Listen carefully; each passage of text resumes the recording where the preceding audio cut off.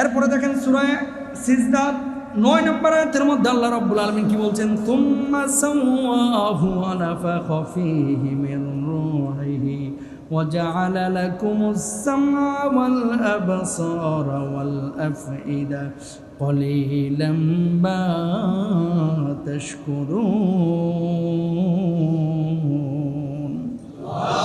রব্বুল আলামিন বললেন, পরে তিনি ওকে করেছেন সুষম এবং ওতে ফুঁকে দিয়েছেন রূহ তার নিকট হতে এবং তোমাদেরকে দিয়েছেন কর্ণ চক্ষু অন্তঃকরণ।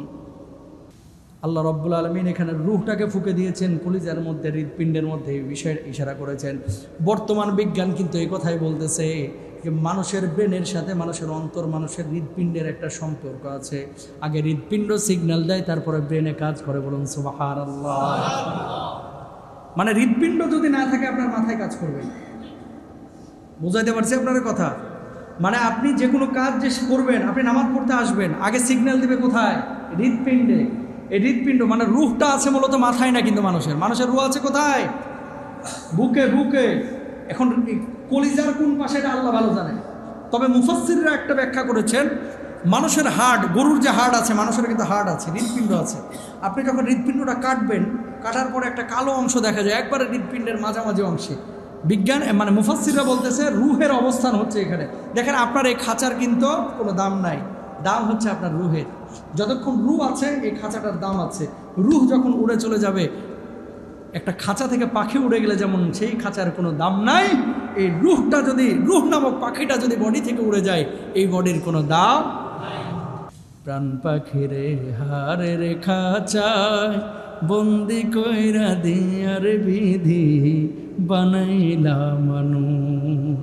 ভালো মন্দের বিচার করতে, ভালো মন্দের বিচার করতে দিলা তারে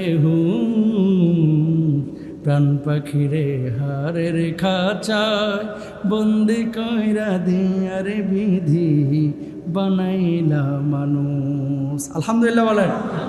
তার মানে এই রূহটা এখানে আছে কোথায়? কলবের ভিতরে। কলবটাকে ঠিক করেন, রূহটাকে ঠিক করেন। আমরা হার্ট যখন ব্লক হয় রিং পরানোর জন্য চেষ্টা করি, হার্টে যখন রোগ হয় ডাক্তারের কাছে যায়, কিন্তু হার্টের ব্লক, হার্টের রোগ, এই রোগের চাইতে বড় রোগ হচ্ছে অন্তরের মধ্যে, হার্টের মধ্যে, হৃৎপিণ্ডের মধ্যে, রূহের মধ্যে পাপের জাগরণ ঘটা। ঠিক কিনা? সুতরাং রূহটাকে, হৃৎপিণ্ডটাকে আগে ঠিক করেন। হুজুর স্ট্রোক বেড়ে যাচ্ছে। স্ট্রোক বাড়ে কাদের? কাদের স্ট্রোক বাড়ে? যারা বেশি ভেজাল খায়। কথা বুঝছেন? আগে এত স্ট্রোক ছিল না, এখন বেশি ভেজাল খাচ্ছে, এই জন্য স্ট্রোকটাও বাড়ছে। আল্লাহ সুবহানাহু ওয়া তাআলা আমাদের এই হৃৎপিণ্ডটাকে বিশুদ্ধ করার তৌফিক দান করুন। আমিন।